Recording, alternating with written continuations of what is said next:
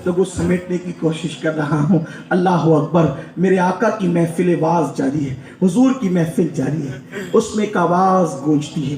مسجد نبوی ہے، ستاروں کی طرح میرے آقا کو گھیر کر صحابہ بیٹھے ہوئے ہیں، گویا کہ ستاروں کے جھرمٹ میں آفتاب نبوت، ماہتاب رسالت جلوگر ہے۔ اچانک ایک آواز گونجتی ہے، اے محمد روح فدا صلی اللہ علیہ وسلم، مجھے آپ سے کچھ کام ہے، مجھے آپ سے کچھ کام ہے۔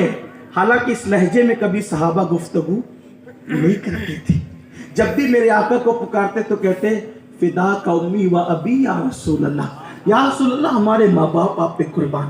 انداز دیکھیں، اس کے جملے نقل کر رہا ہوں، اے محمد مجھے آپ سے کچھ کام ہے۔ حضور کی محفل واز رک گئی، آقا اس کی طرف متوجہ ہوئے۔ جب حضور اس کی طرف متوجہ ہوئے تو سارے صحابہ متوجہ ہوئے۔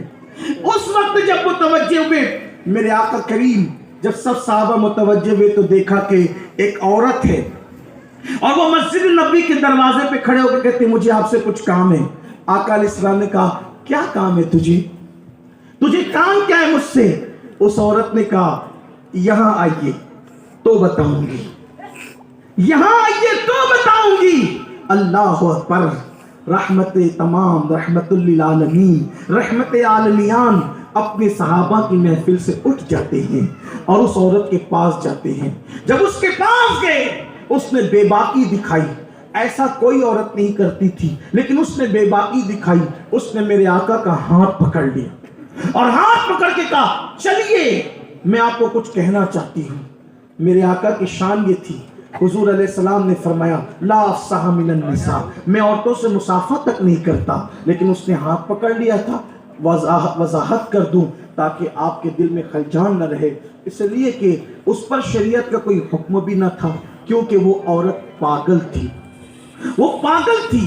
اور اس نے حضور کا ہاتھ پکڑ لیا اور ہاتھ پکڑ کے لے کے حضور کو چلنے لگی اور حضور علیہ السلام اس کے ساتھ ساتھ چلنے لگے۔ مدینہ منورہ کی گلیوں میں ایک عجیب منظر تھا۔ اللہ اکبر، جس کے قدموں سے خرد نے وجود پایا، جس کے قدموں سے لگ کر عقل کو شعور آیا، وہ مصطفیٰ جان رحمت کا ہاتھ ایک پاگل عورت پکڑ کر لے کر جا رہی ہے اور حضور اس کے ساتھ ساتھ چل رہے ہیں۔ اللہ اکبر، پھر ایک مقام آتا ہے، ایک میدان آتا ہے جہاں پر عرب کی چلچلاتی ہوئی دھوپ مدینہ منورہ کے ریگزاروں کو جو ہے وہ تپا رہی تھی اور گرما رہی تھی، اس میں لے کر کے کھڑی ہو گئی اور اپنی اپنی بات کرنے لگی۔ اس کی بات بے سر و پیر کی تھی، اس کی باتوں کا کوئی معنی نہ تھا، اس کی باتوں کا کوئی مفہوم نہ تھا، اس کی باتوں کا کوئی مضمون نہ تھا، لیکن قربان جن باتوں کا کوئی مضمون نہ تھا افصح العرب اس کا کلام سن رہے تھے۔ جس بات کا کوئی سر پیر نہ تھا، اللہ اکبر، جس کو اللہ تبارک و تعالیٰ نے کلام کا ملکہ دیا تھا، حضور گوش کے ساتھ اپنے کانوں کو متوجہ کر کے اس کی گفتگو کو سن کر مسکرا رہے تھے۔ ماتھے پر سلوٹیں نہیں تھی، ماتھے پر شکن نہیں تھا، بلکہ خندہ پیشانی کے ساتھ ایک پاگل غریب عورت کی گفتگو سنی جا رہی تھی۔ صحابہ کے چہرے پر ایک رنگ آتا دوسرا رنگ جاتا، کچھ لوگوں کے دل و دماغ میں تو یہ تصور اور خیالات اٹھ رہے تھے اور جنم لے رہے تھے ابھی حضور علیہ السلام یہاں سے ہٹے، اس بدبخت کو اس بے ادبی کا مزہ چکھایا جائے اور بتایا جائے کہ دھوپ میں چلچلاتی دھوپ میں محبوب خدا کو کھڑے رکھ کر کے ان کے سامنے بکواس کرنے کا انجام کیا ہے۔ وہ بولتی رہی، وہ کیا بول رہی تھی کوئی سمجھ نہیں پا رہا تھا، لیکن جب وہ جانے لگی تو جاتے جاتے حضور نے اس کو ایک ہی جملہ کہا پوری گفتگو سن کر کے، جس جملے کو سن کر کے سب کے جذبات انتقام کے سرد پڑ گئے، سب کے جذبات انتقام سرد پڑ گئے۔ اللہ اکبر، اور وہ جملے کیا تھے جو حضور علیہ السلام نے فرمایا؟ جب وہ پاگل جانے لگی تو میرے آقا نے فرمایا کوئی بات نہیں، جب کوئی تیری بات پورے مدینہ منورہ میں نہ سنا کرے، جب کوئی تیری بات نہ سنا کرے، اس وقت تو میرے پاس آیا کر اور مجھے اپنا حال دل سنایا کر، میں تیری بات سننے کے لیے حاضر ہوں۔ وہ تو چلی گئی، صحابہ نے عرض کیا آقا ہمارے ماں باپ آپ پہ قربان، وہ پاگل تھی پاگل اور وہ بکواس کرتی رہتی ہے، اس کی کوئی نہیں سنتا ہے، آپ کو اتنی دیر تک اس نے مشقت میں کھڑے رکھا۔ مصطفیٰ جان رحمت نے صحابہ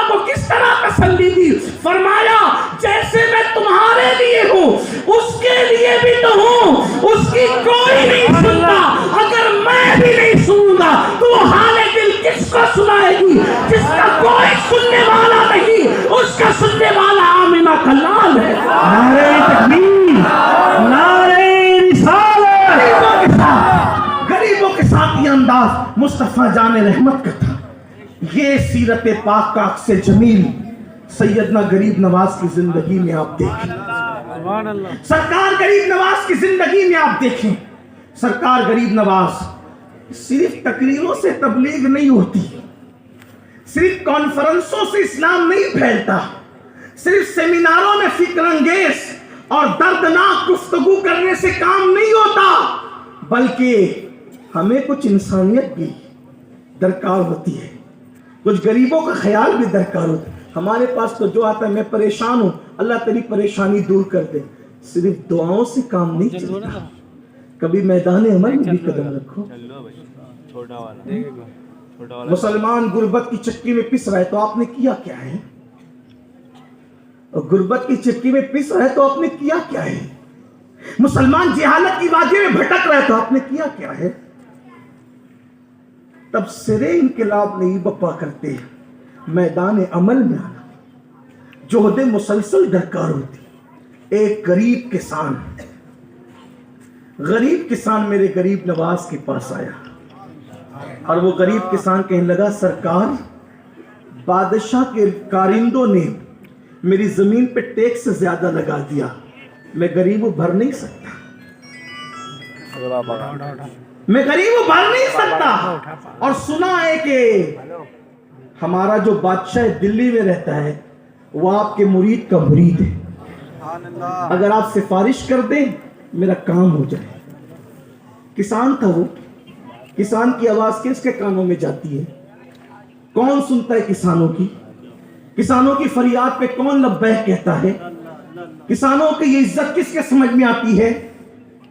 سوچو تو صحیح، کسان تو بے اوقات ہے لوگوں کی نگاہ میں، کسانوں کی کوئی عزت نہیں ہے، لیکن غریب نواز 850 سال پہلے کتنا غریب رہا ہوگا وہ کسان، آیا ہے غریب نواز کیا، غریب نواز کہتے چھوڑ یار، میں تو یہاں نماز روزے کی بات کرنے آیا ہوں، آسمان کے اوپر اور زمین کے نیچے کی بات کرنا میرا طریقہ ہے، یہ میں بادشاہ سے سفارش کروں اور تیرا ٹیکس کم کراؤں، یہ میرا کام نہیں ہے۔ یہ آسمان کے اوپر اور زمین کے نیچے کی بات اسلام صرف یہ نہیں سکھاتا، اسلام یہ کہتا ہے پہلے آسمان کے نیچے اور زمین کے اوپر کے حقائق کی بات کرو، اس لیے کہ آسمان کے اوپر کی باری بعد میں ہے، زمین کے نیچے کی باری بعد میں ہے، پہلے زمین کے اوپر کی بات کرو، اس لیے کہ جو زمین کے اوپر کا ماحول سنوار دے، زمین کے اندر کا ماحول خود بخود سنور جائے۔ پہلے اوپر سنوارو، قرآن نے بھی کہا ربنا آتنا فی الدنیا، اسلام پہلے دنیا کی بات کرتا ہے، نہیں ہم اللہ والے لوگ ہیں، ہم تو کسی کی سفارش بھی نہیں کر سکتے، تو یہ اللہ والے ایسے نہیں ہوتے، اللہ والے ایسے نہیں ہوتے، اللہ والے ایسے ہوتے ہیں جن کا ذکر ہو رہا ہے، جن پر اللہ کا رنگ چڑھتا ہے۔ کسان آ رہا ہے غریب نواز کے پاس، میں سوچتا ہوں آج آپ میری بات سن کر آپ بھی سوچیں گے کہ غریب نواز آج اگر زمین کے اندر کی بجائے زمین کے اوپر ہوتے تو شاید ماحول کچھ اور ہوتا، ماحول کچھ اور ہوتا۔ خواجہ کا ہندوستان ہے یہ، ہندوستان کے راجہ غریب نواز، روحانیت کا تاجدار، دلوں پہ حکومت کرنے والا۔ یاد رکھنا، سروں پہ حکومت کرنے والا حاکم نہیں ہوتا، دلوں پہ حکومت کرنے والا حاکم ہوتا ہے۔ ہاں، اس لیے کہ سر تو چٹیل پہاڑوں کی طرح ہوتے ہیں، بادشاہ کا تخت پہاڑ نہیں بنا کرتے، بادشاہ کا تخت تو اللہ اکبر بالکل سڈول، بالکل مربع نما، بالکل بچھی ہوئی چٹائی کی طرح تخت ہوتے ہیں۔ قدرت نے دل کے فرش کو مثل تخت بنا کر بتایا ہے، اس کے لیے بھی کچھ حاکم ہوں گے، اور وہ کون ہے؟ جو اپنے اخلاق سے، اپنے کردار سے، اپنی محبتوں سے، اپنی الفت سے، اپنی خوبصورت گفتگو سے، اپنے خوبصورت لب و لہجے سے جو دلوں پہ حکومت کرے وہ اصل حاکم ہے۔ سروں پہ حکومت کرنے والا، سر تو کوئی بھی جھکاتا ہے، ڈنڈوں سے بھی سر جھک جاتا ہے۔ سر جھکانا اہم نہیں ہے، دل جھکانا اہم ہے۔ اور اسلام سر بعد میں جھکانے کی بات کرتا ہے، اسلام پہلے دل جھکانے کی بات کرتا ہے۔ اس لیے کہ سر تو تلواروں سے بھی جھک جاتے ہیں، لیکن دل صرف اخلاق سے جھکا کرتے ہیں، دل صرف کردار سے جھکا کرتے ہیں۔ کسان آ کر غریب نواز سے کہتا ہے حضور کوئی سفارش کر دیجیے۔ غریب نواز فرماتے ہیں میں خود تیرے ساتھ دلی تک چلوں گا۔ غریب نواز اس کسان سے کہتے ہیں، یہ 850 سال پہلے کی بات ہے، اس کا آپ ذہن میں تصور رکھیے گا اور اس کو آپ خیال رکھیے گا، سننے والے موجودین بھی اور غائبین بھی، کہ یہ بات 850 سال پہلے کی ہے کہ سرکار غریب نواز کے پاس کسان آیا اجمیر مقدس میں کہ بادشاہ کے کارندوں نے ظلم کیا کسان پر۔ غریب نواز سے کہا سفارش کر دے، فرمایا میں خود چلوں گا، کوئی لیٹر نہیں دیا جائے گا، کوئی خط نہیں دیا جائے گا، کوئی کاغذ کا ٹکڑا لکھ کر نہیں دیا جائے گا، میں خود تیرے ساتھ چلوں گا۔ اور ہند کی تاریخ، اکھنڈ بھارت کی تاریخ گواہ ہے کہ ایک غریب کسان کے لیے میرے خواجہ اجمیر مقدس سے دلی تک کا سفر اس کے ساتھ کرتے ہیں۔ جب دلی پہنچے اس وقت سلطان شمس الدین التمش کی حکومت تھی، بادشاہ کو خبر لگی تو بادشاہ اپنی فوج کے ساتھ غریب نواز کے استقبال کے لیے آیا۔ سرکار قطب الدین بختیار کاکی جو پیر و مرشد تھے بادشاہ کے، وہ بھی ساتھ تشریف لائے، اور آنے کے بعد دونوں نے قدم پکڑ لیے۔ سرکار آپ بغیر اطلاع کے آ گئے؟ اطلاع تو دی ہوتی، اطلاع دی ہوتی تو انتظام کیا جاتا آپ کے شایان شان۔ فرمایا میرا کام تھا اس لیے آ گیا۔ جب کام اپنا ہوتا ہے تو اسی طرح آیا جاتا ہے، اطلاع نہیں کی جاتی۔ حضور آپ کا کیا کام؟ آپ نے ہمیں نوازا، آپ نے ہمیں عطا کیا، جو سب رعنائیاں ہیں، جو سب عیش و عشرت ہے، سب آپ کی دعاؤں کی برکت ہے۔ حکومت آپ کی دعاؤں کی برکت، سلطنت آپ کی دعاؤں کی برکت، ناز و نم آپ کی دعاؤں کی برکت، سب تو آپ کی دعاؤں کی برکت سے ہے۔ آپ کو کیا کام آ گیا؟ تو غریب نواز نے فرمایا یہ کسان ہے، آپ کے کارندوں نے اس پر ٹیکس اس کی طاقت سے زیادہ لگا دیا ہے، تو میں آ گیا ہوں کہ اس کی سفارش لے کر کے کہ اس کو کم کرو یا معاف کر دو۔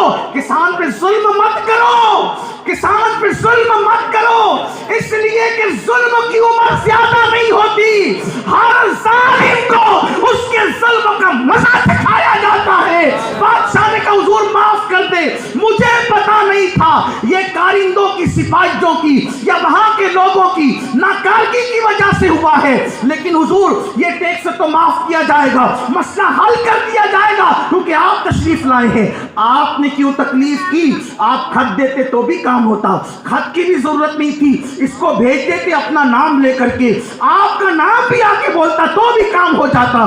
غریب نواز فرماتے ہیں مجھے بھی پتا تھا کہ میرے نام سے بھی اس کا کام ہو جاتا، لیکن اس کے ساتھ چل کر قدم بقدم اس لیے آیا ہوں کہ اس کا کام تو یوں بھی ہو جاتا، لیکن ہر قدم پر جو اس غریب کو خوشی مل رہی تھی وہ خوشی کہاں ملتی؟ اور میرے مولا مصطفیٰ جان رحمت کا فرمان ہے جو کسی کا دل خوش کر دے اللہ بھی اس سے خوش ہو جاتا۔ نعرہ تکبیر، نعرہ رسالت، نعرہ ہندوستان، حضور سید امین القادری، نعرہ تکبیر۔